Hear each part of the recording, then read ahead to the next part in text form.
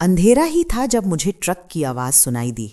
कोई कार नहीं, कोई पड़ोसी का इंजन भी नहीं, बल्कि एक भारी और तयशुदा ट्रक मंगलवार की सुबह 6:30 बजे नवंबर के महीने में मेरे ड्राइववे पर खड़ा हो रहा था। मैं कुछ पल तक वहीं खड़ी रही, जैसे आप तब रुक जाते हैं जब कुछ सही नहीं लगता लेकिन आप उसे नाम नहीं दे सकते। फिर मुझे आवाज़ें सुनाई दी। मेरे दामाद की आवाज़, तेज और आदेशात्मक, किसी को दिशा देते हुए कि कहाँ जाना है, और उसके नीचे मर्दों की गहरी आवाज़ें जो सामान उठा रहे थे। मैं धीरे धीरे उठी। 67 साल की उम्र अपने साथ सुबह का एक अलग वजन लाती है। मैं अपनी चादर ओढ़कर खिड़की की ओर बढ़ी। उस ठंडे दिल्ली की सुबह में जो मैंने देखा, उससे मेरा दिल थम गया। एक मूविंग ट्रक मेरे ड्राइववे पर खड़ा था। सड़क किनारे नहीं, बिल्कुल वहीं। 2 आदमी ग्रे यूनिफॉर्म में ट्रक का पिछला हिस्सा खोल रहे थे और मेरा दामाद मेरी बरामदे पर खड़ा क्लिपबोर्ड हाथ में लिए मेरी मुख्य दरवाजे की तरफ इशारा कर रहा था, जैसे ये उसका ही घर हो। जो मैं बाद में समझ पाई, वो वास्तव में यही मानता था। आगे बढ़ने से पहले, मैं हूं लीना, आपकी कहानी की नैरेटर। मैं लाती हूं जिंदगी की ऐसी सीख देने वाली कहानियां जो हम में से ज्यादातर लोगों पर बीत चुकी है, या फिर भविष्य में ऐसे ही घटनाओं का सामना करना पड़ सकता है। नीचे कमेंट करके बताइए कि आप हमें कहां से देख रहे हैं, और हिंदी रिवेंज स्टोरीज को सब्सक्राइब करना न भूलें।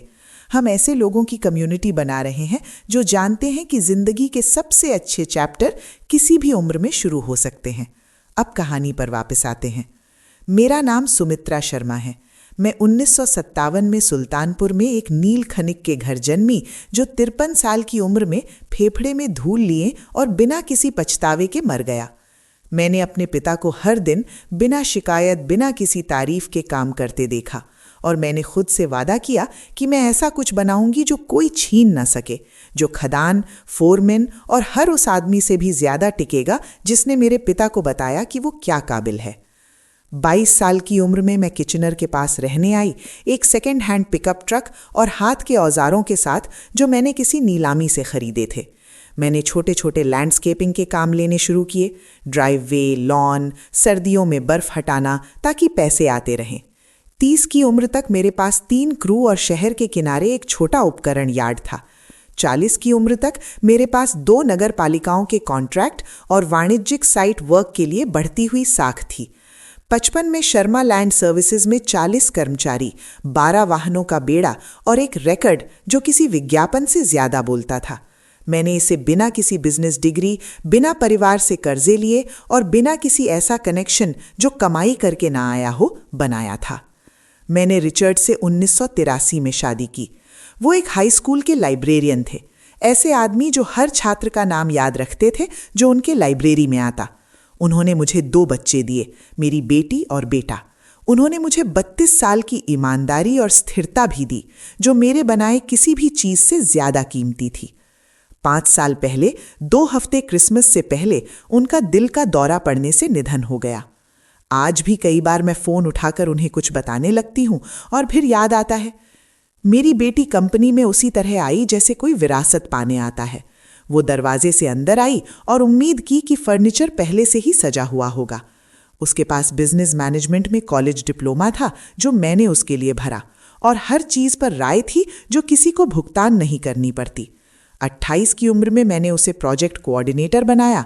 वो क्लाइंट मीटिंग्स, प्रेजेंटेशंस और सही मौके पर सही जैकेट पहनने में अच्छी थी, बाकी सब में नहीं। साइट इंस्पेक्शंस मिस हो जाते, बजट अप्रूव कर देती जो उसने पढ़ा तक नहीं। एक नगर पालिका का कॉन्ट्रैक्ट खो दिया क्योंकि उसने समय पर रिन्यूअल पेपर वर्क जमा करना भूल गया, एक कॉन्ट्रैक्ट जिसे हमने 11 साल तक रखा था। जब मैंने इसे लेकर उससे बात की, उसने कहा मैं माइक्रो मैनेजिंग कर रही हूं। फिर दूसरी बार कहा कि मुझ पर भरोसा नहीं करती। तीसरी बार कहा कि मुझे छोड़ देना चाहिए, कंपनी को नई सोच चाहिए, मैं अपने पुराने तरीके से काम करके इसे रोक रही हूं। मैं 63 साल की थी। मैंने कुछ असली बनाया था और मेरी बेटी मुझे बता रही थी कि समस्या मैं हूं। उसका पति पूरी तरह अलग था। वो हमेशा मेरे सामने विनम्र रहा, जैसे लोग तब विनम्र होते हैं जब वो आपको मैनेज कर रहे हों। वो फैमिली डिनर पर वाइन लाता, मेरे घुटने के बारे में पूछता, जिसे मैंने 2 साल पहले रिप्लेस करवाया था। सही समय पर मुस्कुराता, लेकिन हमेशा बहुत ही विशिष्ट सवाल पूछता। कंपनी की संरचना कैसी है, क्या कोई फॉर्मल सक्सेशन प्लान है, रिचर्ड के मरने के बाद मैंने अपनी वसीयत अपडेट की है। वो हमेशा इसे चिंता के रूप में पेश करता। मैं खुद से कहती रही कि बस इतनी ही बात है, लेकिन 8 महीने पहले मैंने खुद को ये बताना बंद कर दिया। एक गुरुवार की शाम मेरी ऑफिस मैनेजर कैरल नाम की महिला, जो पिछले 20 साल से मेरे साथ थी, घर पर कॉल किया। एक ईमेल के बारे में जिसमें कंपनी के वित्तीय रिकॉर्ड्स का एक्सेस मांगा गया था। ये रिक्वेस्ट किसी अज्ञात पते से आई थी, लेकिन नाम मेरी बेटी का था। कैरल ने कहा कि ये लंच टाइम पर आया और समय और शब्दों ने उसे इतना असहज किया कि उसने मुझे पहले कॉल किया। मैंने उसे फॉरवर्ड करने को कहा। ईमेल में 12 महीने की पेरोल रिकॉर्ड्स, क्लाइंट कॉन्ट्रैक्ट्स और हाल के उपकरण मूल्यांकन मांगे गए थे। ये कैरल को एड्रेस किया गया था, लेकिन एक अज्ञात नाम को कॉपी किया गया था, जो टोरंटो की फैमिली लॉ और एस्टेट स्पेशलिस्ट की थी। मैं इसके साथ काफ़ी समय बैठी रही। अगले सोमवार मैं अपने पुराने दोस्त फ्रैंक से मिलने गई, जिसे मैं अपने 20s में ट्रेड्स वर्क के दौरान जानती थी। फ्रैंक ने हार्डवेयर स्टोर्स की छोटी चेन बनाई और 60 साल की उम्र में बेच दी। इतनी रकम कि हमने कभी कल्पना नहीं की थी। वो समझदार था। ऐसे लोग जो असली मुश्किलें झेल चुके हों समझदार होते हैं। वो शब्दों को बर्बाद नहीं करता और वो नहीं कहता जो आप सुनना चाहते। मैंने सब कुछ उसे बताया। ईमेल, दामाद के सवाल, बेटी की बढ़ती अधिकार की मांग और कॉपी एस्टेट लॉयर को। फ्रैंक ने मुझे देखा और कहा, सुमित्रा, वे ये जानना चाहते हैं कि उन्हें क्या मिलेगा, और वे इसे तब पाना चाहते हैं जब आप अभी भी हैं और नियंत्रित हैं। मैं पूरी तरह समझ नहीं पाई। वे ये जानना चाहते हैं कि इसे अब पाना आसान है या बाद में, उन्होंने कहा, और मेरी राय में उन्होंने तय कर लिया कि अब आसान है। सवाल ये है कि वे किस वजह का इस्तेमाल करने वाले हैं। उस रात मैं किचन में बैठी रही, जहां रिचर्ड और मैं 30 साल तक नाश्ता करते थे, और बहुत देर तक छत को घूरती रही। फिर मैंने एक वकील को कॉल किया, जिसे मैंने सालों पहले एक कमर्शियल विवाद में इस्तेमाल किया था। वो रिटायर्ड थे, लेकिन उन्होंने डेबोरा ट्रॉन की सिफारिश की, जो एस्टेट और कॉर्पोरेट प्रोटेक्शन में विशेषज्ञ हैं। मैंने अगले हफ्ते उनसे मुलाकात की। उन्होंने बिना बीच में टोके सुना जब मैंने सब कुछ बताया। जब मैंने ख़त्म किया, उन्होंने एक सवाल पूछा, क्या रिचर्ड के मरने के बाद मैंने कोई औपचारिक एस्टेट प्लानिंग की है? नहीं। रिचर्ड और मैंने 2009 में वसीयत बनाई थी और उनके मरने के बाद मैंने अपडेट टाल दी। मुझे पता था मुझे इसे करना चाहिए, पर मैंने नहीं किया। डेबोरा ने कहा कि ये पहला काम है जिसे हमें ठीक करना है। उन्होंने ये भी कहा कि मेरी बताई बातें पहले देखी गई एक पैटर्न जैसी लगती हैं। बुजुर्ग परिवार के सदस्य जिनके पास महत्वपूर्ण संपत्ति है और हाल की लीगल डॉक्यूमेंटेशन सीमित है, उनके बारे में जानकारी जुटाते हैं, कभी कभी नियंत्रण पाने के लिए अक्षमता की जांच भी कर सकते हैं। मैंने पूछा, क्या ये गंभीर है? उन्होंने कहा, मुझे लगता है आपको इसे बहुत गंभीर मानकर काम करना चाहिए, क्योंकि गलत होने का मूल्य बहुत ज्यादा है। वो सही थी। मुझे पता था वो सही थी। मुझे उस ऑफिस में बैठकर एक ठंडी, खास शर्मिंदगी भी महसूस हुई, क्योंकि मैंने 45 साल तक एक ऐसी महिला के रूप में जीवन बिताया था जो समस्याओं को साफ साफ देखती थी, और फिर मैंने खुद को महीनों तक इस एक समस्या पर ध्यान न देने दिया। मैंने डेबोरा को हायर किया। हमने तुरंत काम शुरू कर दिया। अगले 6 हफ्तों में मैंने वो काम किए जो मुझे सालों पहले करने चाहिए थे। मैंने अपनी वसीयत पूरी तरह अपडेट कर दी। कंपनी के शेयरों के लिए एक सही ढंग से संरचित ट्रस्ट बनाया, जिसमें स्पष्ट शर्तें थीं कि कोई भी परिवार का सदस्य अकेले उसे न बदल सके। मैंने एक स्वतंत्र चिकित्सक से फॉर्मल क्षमता मूल्यांकन भी करवाया, इसलिए नहीं कि मेरी मानसिक क्षमता पर कोई संदेह था, बल्कि ताकि दस्तावेज पहले से तैयार रहें, इससे पहले कि कोई कहानी बदलने की कोशिश करे। जो डॉक्टर ने मुझे जांचा और मैं उसके शब्द बिल्कुल याद रखती हूँ, उन्होंने कहा, सुमित्रा जी, आप उन 67 साल की महिलाओं में से हैं जिन्हें मैंने इस ऑफिस में देखा है और बेहद तेज हैं। मैंने वो रिपोर्ट संभाल कर रखी। मैंने चुपचाप कैरल से भी कंपनी के खातों की 3 साल की समीक्षा शुरू करने को कहा। वो व्यवस्थित और वफादार थी, और 10 दिन के भीतर उसने कुछ ऐसा खोज लिया जिसकी मुझे उम्मीद नहीं थी। नियमित अंतरालों पर छोटे छोटे भुगतान एक नंबर वाली कंपनी को जिसे मैं नहीं जानती थी। व्यक्तिगत रूप से छोटे थे, लेकिन कुल मिलाकर 22 महीनों में ये $90,000 से थोड़े अधिक हो गए। मैं उस संख्या को लेकर काफी समय बैठी रही। कैरल ने उस नंबर वाली कंपनी की जितनी जानकारी जुटा सकती थी जुटाई। रजिस्टर्ड डायरेक्टर कोई अजनबी था, लेकिन कंपनी के पते का मेल वही था जहां मेरी बेटी और दामाद रहते थे। मैंने तुरंत किसी का सामना नहीं किया। जिंदगी ने मुझे सिखाया था कि बिना पूरी तैयारी के किसी का सामना करना लगभग हमेशा गलती होती है। इसके बजाय मैंने देखा, मैंने सुना। मैं हर दिन ऑफिस जाती, वैसे ही पेश आती जैसे हमेशा आती आई हूं। साइट मीटिंग्स में जाती, कॉन्ट्रैक्ट्स की समीक्षा करती, सुबह कैरल के साथ कॉफ़ी पीती, उपकरण यार्ड में कर्मचारियों से हंसी मजाक करती जैसे हमेशा करती आई हूं। और मैं ध्यान दे रही थी। अगले महीने मैंने एक चुपचाप समन्वित प्रयास देखा। मेरी बेटी कंपनी के 2 सबसे लंबे समय से काम कर रहे सुपरवाइजरों से बातचीत कर रही थी। वे लोग जो सबसे बड़े कॉन्ट्रैक्ट संभालते थे, और मुझे लग रहा था कि वो उन्हें ये सुझाव दे रही थी कि बदलाव आने वाले हैं और उनके लिए फायदा होगा कि वो सही पक्ष में रहें। मेरे दामाद ऑफिस में 2 अलग अलग बार आए, कुछ छोड़ने के बहाने, और दोनों बार रिसेप्शन क्षेत्र में रुक गए, कैरल से संचालन, साइनिंग अथॉरिटी और बोर्ड के बारे में विस्तार से सवाल पूछते हुए। एस्टेट लॉयर का नाम फिर सामने आया। इस बार मुझे ये इसलिए पता चला क्योंकि डेबोरा, जो मेरी तरफ से कुछ कानूनी फाइलिंग मॉनिटर कर रही थी, ने एक दस्तावेज को फ्लैग किया। एक प्रांतीय कोर्ट में समर्थित निर्णय निर्माण आदेश के बारे में जानकारी का अनुरोध किया गया था। फाइल नहीं, केवल अनुरोध। ये वही लॉयर था जिसे कैरल को ईमेल में कॉपी किया गया था। मैंने उस शाम फ्रैंक को कॉल किया। वो अगले दिन आया और मैंने उसे सब कुछ बताया। जब मैंने खत्म किया, वो मुझसे बोला, तुम्हें मुझसे क्या चाहिए? मैंने कहा कि मुझे एक गवाह चाहिए, कोई मौजूद व्यक्ति जो मेरी मानसिक स्थिति की पुष्टि कर सके अगर चीजें गड़बड़ हुई तो, जिसे कोई खारिज न कर सके। फ्रैंक ने कहा, मैं तुम्हें तब से जानता हूं जब तुम बिना हीट के ट्रक में मिट्टी ले जाती थीं। तुम्हें मुझसे कब से शुरू करना है? उसने उस हफ्ते गेस्ट रूम में रहना शुरू कर दिया। मैंने 2 और लोगों को भी बताया। कैरल को इसलिए क्योंकि उसे पहले से ज्यादातर चीजें पता थीं और उसे पूरा दृश्य जानना हक था, और आर्थर नाम के आदमी को बताया जो पिछले 18 साल से मेरे लिए काम कर रहा था और कंपनी के रोजमर्रा के संचालन को संभालता था, जिस पर मैं हमेशा भरोसा करती थी। दोनों ने बिना कहे एक ही बात कही, हमें क्या करना है। ऐसी वफादारी बनाना दशकों में होता है, कोई पैसा रातों रात इसे नहीं बना सकता। फिर उस सुबह वो ट्रक आया।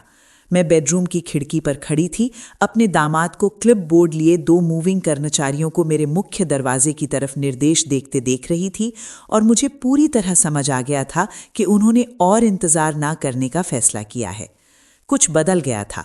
शायद उन्होंने जाना कि मैंने वकील से सलाह ली थी, या शायद उनका टाइमलाइन तेज करने की जरूरत थी। वजह जो भी हो, वे यहां थे। सुबह 7 बजे से पहले ही मेरे ड्राइववे पर थे। मैं नीचे गई और दरवाज़ा खोल दिया इससे पहले कि वो खटखटाता। वो चौंक गया, जल्दी संभल गया। वो हमेशा जल्दी संभल जाता था और मुझे वही मुस्कान दी जो वो स्थिति संभालते समय देता। उसने कहा कि वो और मेरी बेटी बात कर रहे थे और उन्हें लगा कि मेरी रहने की स्थिति पर एक वास्तविक बातचीत करनी चाहिए।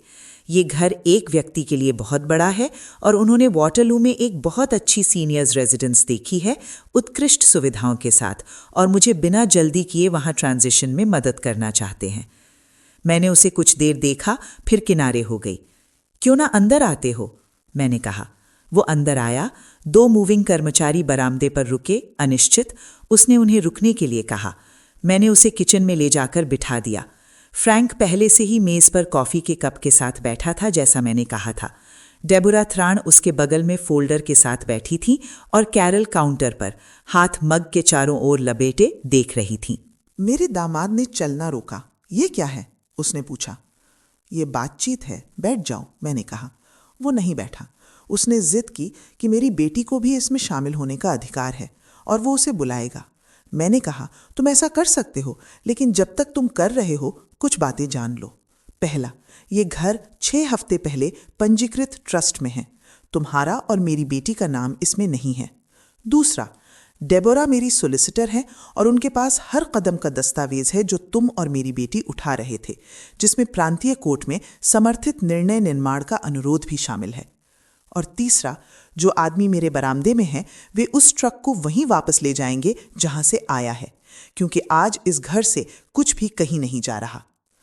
वो मुझे घूर रहा था, क्लिपबोर्ड उसके पास। मैंने पूछा, एक सवाल, सोच समझकर जवाब दो। क्या तुम्हें लगता था कि मैं नहीं देखूंगी? क्या तुम सच में ये मानते थे कि एक महिला जिसने एक ट्रक और कुछ हाथ के औजारों से 40 लोगों की कंपनी बनाई अपने घर में हो रही हर चीज को नहीं देखेगी?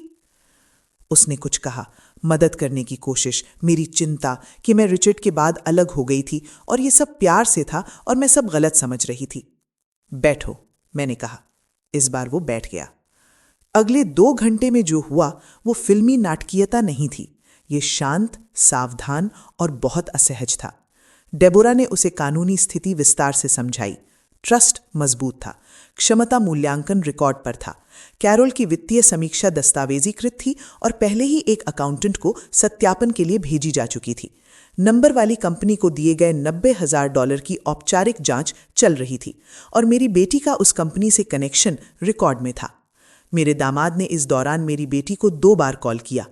वो बातचीत के 40 मिनट बाद आई।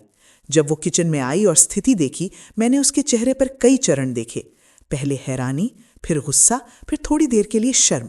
उसने कहा कि मैंने बहुत आगे बढ़कर पारिवारिक मामले को कानूनी बना दिया।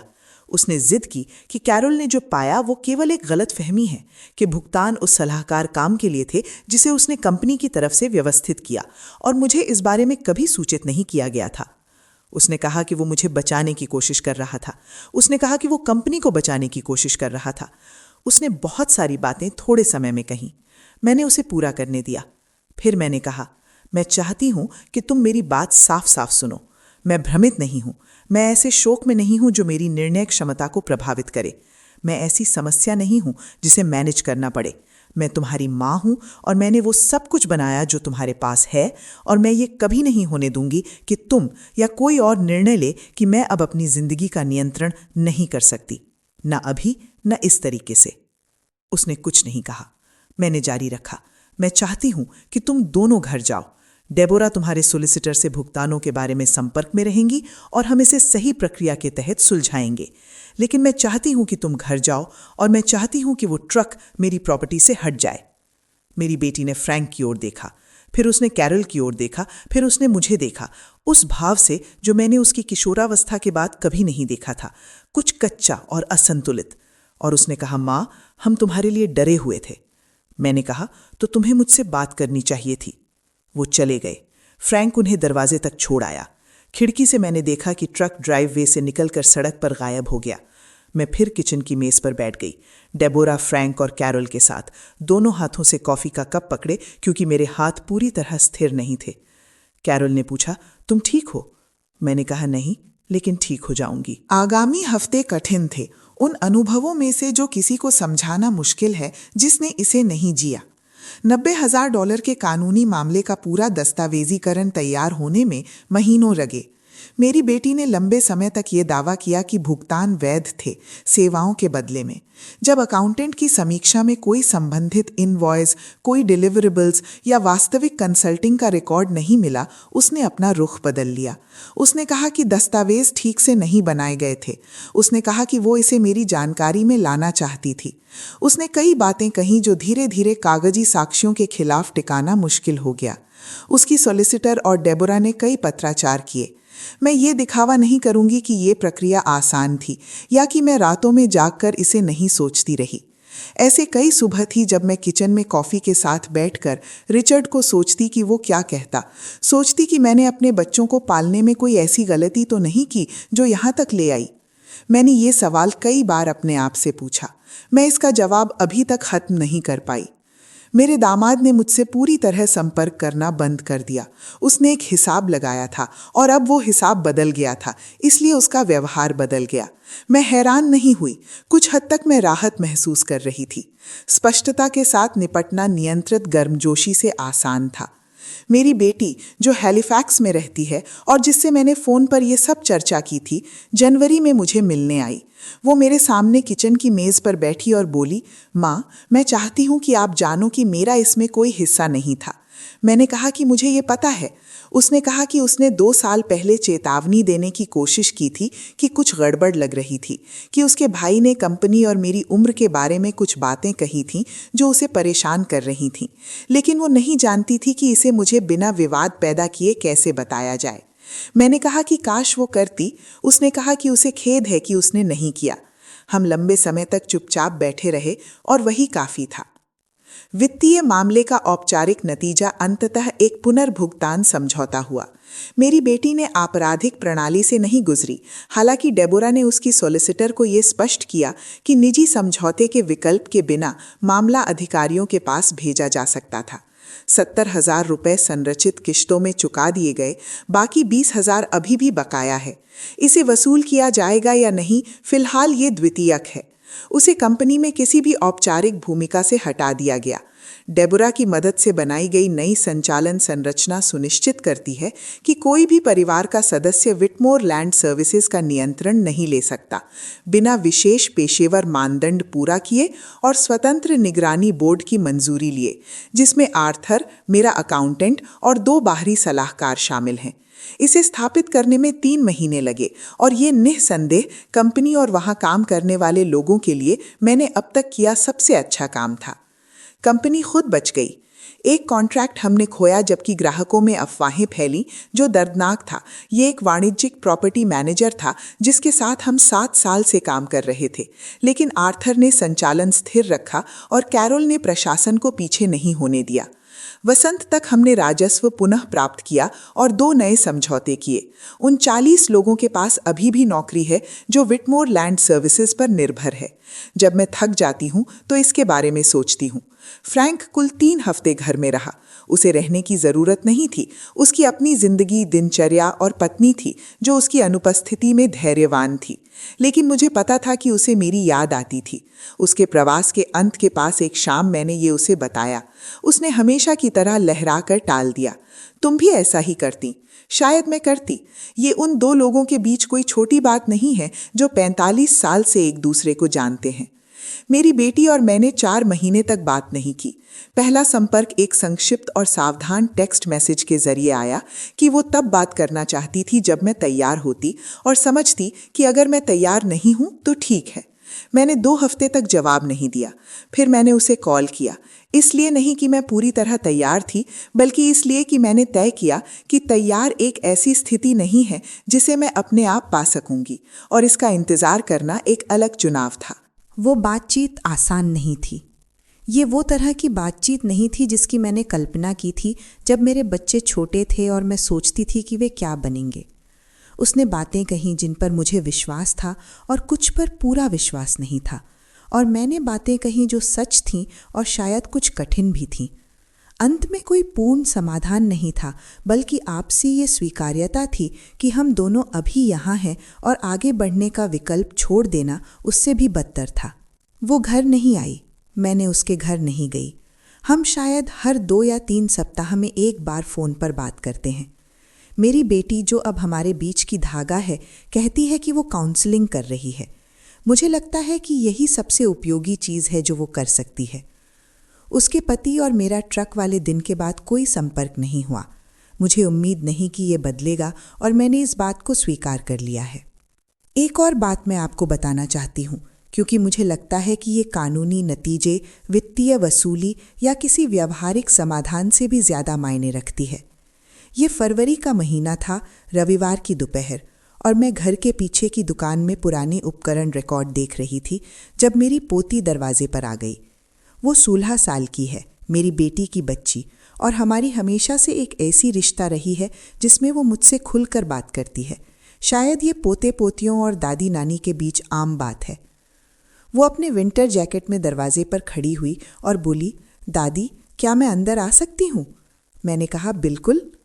वो वर्क बेंच के सामने स्टूल पर बैठ गई और 1 मिनट तक मुझे देखती रही। फिर उसने कहा, दादी, क्या सच है कि आप और माँ चीज़ें ठीक नहीं करने वाले? मैंने कहा, मुझे नहीं पता। मैंने कहा कि मुझे उम्मीद है कि हम अंततः करेंगे, लेकिन इसमें समय लगेगा। उसने पूछा, क्या तुम उससे गुस्से में हो? मैंने कहा, हाँ। मैंने कहा कि मैं उदास भी हूँ और ये दोनों चीज़ें एक साथ सच हो सकती हैं। उसने इस पर विचार किया। फिर उसने कहा, दादी, क्या मैं आपसे कंपनी के बारे में कुछ पूछ सकती हूँ? मैंने कहा, जो भी वो पूछना चाहती है। उसने कहा, मैं पर्यावरण विज्ञान पढ़ना चाहती हूँ। मैं सोच रही थी कि शायद एक दिन इसे कंपनी में भी ला सकती हूँ, अगर कंपनी अभी भी रहे। मैंने उसे एक पल देखा। ये लड़की जिसकी आंखें मेरे स्वर्गीय पति की आंखों जैसी थीं, जो दुनिया में एक जटिल समय में भेजी गई थी, बिना किसी पूछे। मैंने कहा, रहेगी। उसने कहा, प्रॉमिस? मैंने कहा, इस गर्मी में आओ, मैं तुम्हें अनुमान लगाने का तरीका दिखाऊंगी, वहीं से शुरू करेंगे। वो मुस्कुराई और ये महीनों में पहली बार था कि मेरे सीने में कुछ ढीला हुआ। अब मैं कुछ चीज़ें जानती हूँ जो 6 महीने पहले नहीं जानती थी, या केवल सैद्धांतिक रूप से जानती थी, वैसे नहीं जैसे आप तब जानते हैं जब ये आपके साथ हुआ हो। मैं जानती हूँ कि कोई किसी से प्यार कर सकता है, लेकिन फिर भी उसे चोट पहुँचा सकता है। मेरी बेटी ने मुझे प्यार करना नहीं छोड़ा जब उसने जो किया। मैं इस पर विश्वास करती हूँ। ये उसके कार्यों को स्वीकार्य नहीं बनाता, न ही परिणामों को मिटाता है, लेकिन इसे समझना मुझे इसे सहन करने में मदद करता है। मैं जानती हूँ कि जो लोग आते हैं अक्सर वही नहीं होते जिन्हें आप उम्मीद करते हैं। फ्रैंक, जिसकी अपनी जिंदगी थी लौटने के लिए। कैरोल, जिसे कभी ऐसा करने के लिए नहीं कहा गया और उसने बिना झिझक किया। आर्थर, जिसने एक सुबह उपकरण यार्ड में मुझसे कहा, कोई भी ये जगह नहीं ले सकता मिसेस विटमर, और ये निश्चितता के साथ कहा जो मुझे कई दिनों तक याद रही। ये 3 लोग मेरे लिए उन शब्दों से कहीं ज़्यादा मूल्यवान हैं जिन्हें मैं व्यक्त कर सकती हूँ।